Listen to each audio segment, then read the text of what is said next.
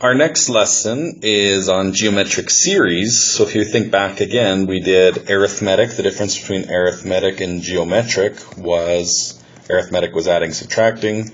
Geometrics was times or dividing.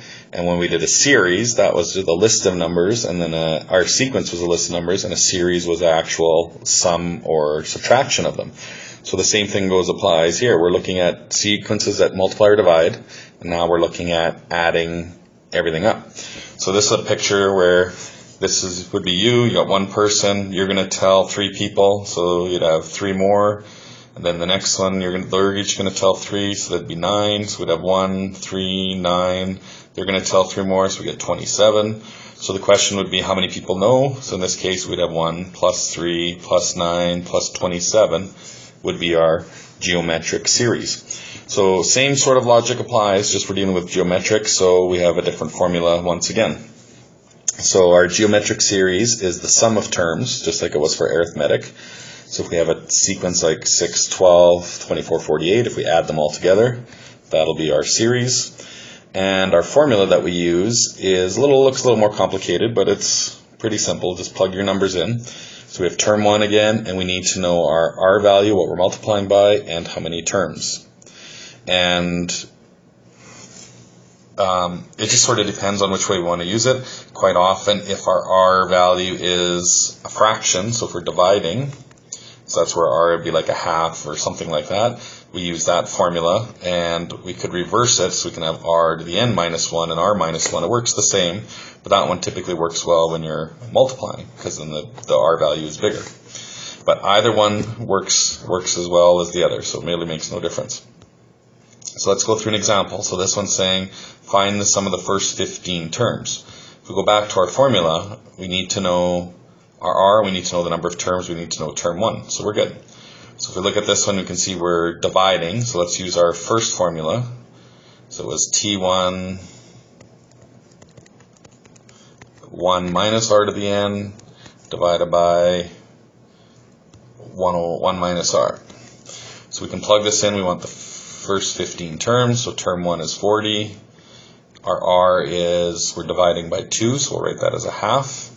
And we want 15 terms, so it'll be half to the 15 divided by 1 minus a half. So it's a little bit more complicated to calculate, but just use your calculator. So if you go 40 times brackets 1 minus 0.5 to the 15, that'll give you a really small decimal, and divide that by 1 minus half, which would be 0.5, we get 79.9997, and so on. It's going to be a repeating decimal, so we'll just round this off to 80.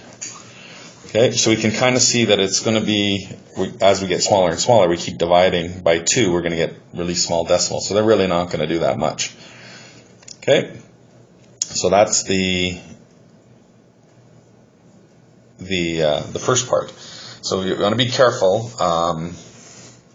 Just be careful of your signs and so on, and everything works out pretty good. Actually, I think we messed up this one. Yeah, sorry, in the formula it's 1 minus R, and in this case our R was negative a half, so we actually have to do the negative half separately. That might make a difference, and I think it will in this case. So let's do the 1 minus brackets, negative 0.5 to the power 15, times that by 40, and then we want to divide it by 1 minus negative a half again, which will actually now be 1.5, so that changes things a little bit. And it is. So our answer was wrong. That would be if it was going 40, 20, 10, 5, and so on. Because it's the negatives, we actually get a smaller total. So we actually get 26.667. And we could leave it like that, or we could even round it off to a fraction, like 26 2/3, 26.7. It doesn't really matter how we round these off. And that makes more sense, because if you look at it now, we got 40 minus 20 is 20, plus 10 would be 30, minus 5 would be 25. So you can see we should be an answer closer to what we just put here. Okay, so here's another one. Sum of the first 10 terms is 29, 524. Common ratio is negative 3. So we use the same formula again, but we're looking for term 1 this time. So we'll be careful this time of our negatives. So they tell us our sum is negative 29,524. term 1 is what we're looking for. We'd have 1 minus negative 3. Actually, in this case, it's getting bigger. So let's use our second formula. What it does is it avoids negatives. So it's just written the other way around. So it'd be r to the n minus 1 and then r minus 1. So in this case, we'd have negative 3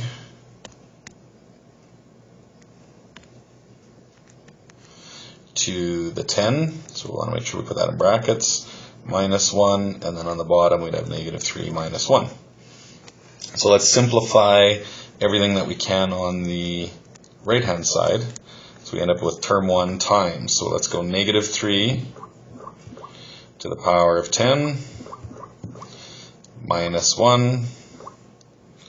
And we want to divide that by negative 3 minus 1, which would be negative 4. And that gives us negative 14,762. So if we divide that from 29,524,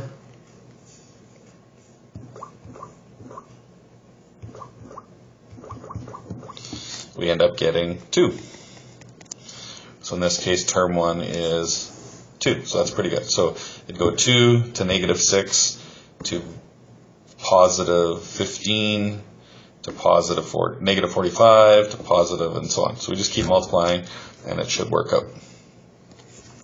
Okay, here's another one. We want to know the total sum from 6 to 1228.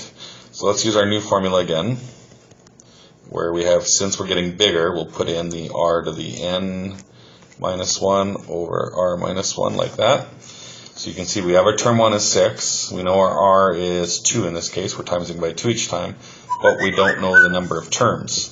So we did this previously. We have to do our t of n formula first to figure out what our number of terms are.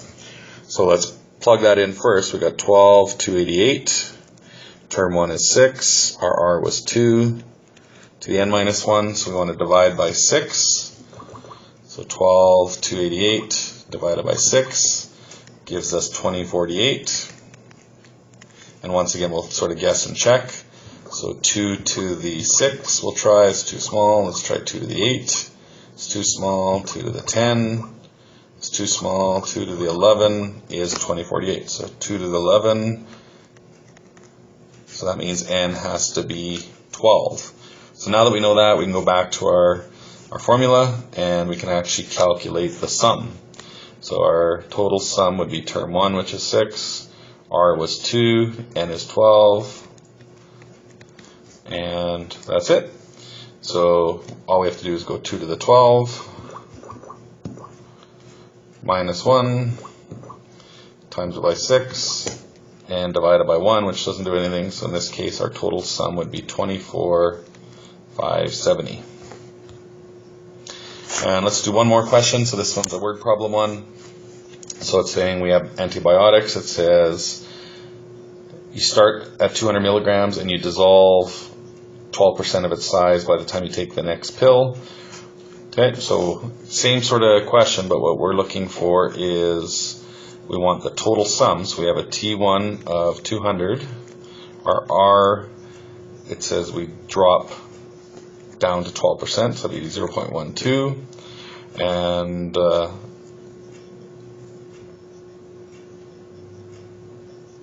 we want to figure out what it's going to be after we take 3, how much is totally in your system.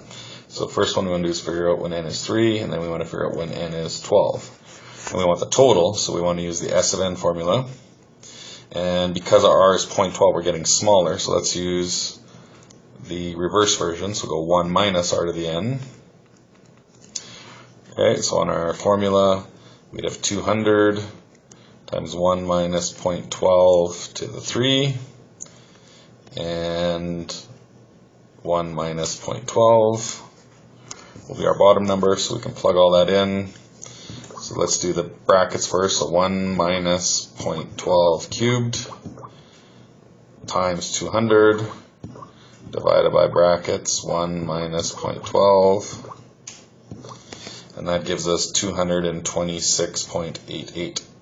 So if our original was 200 milligrams, after we take 3 pills, we only have 226. So that third pill adds the 200. So we didn't really gain that much. So let's try it with 12. We should see we get similar kind of numbers.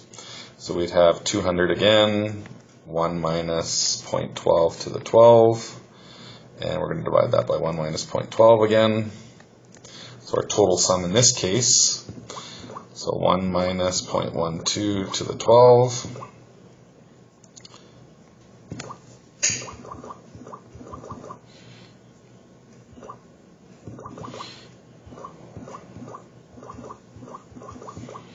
times 200 divided by 1 minus 0.12, so we only get 227.27 approximately milligrams. So you can see each time you take a pill, by the time you get one, there's not that much left in your system, so it only stays around 26, 27 milligrams as extra. And that's all for this topic.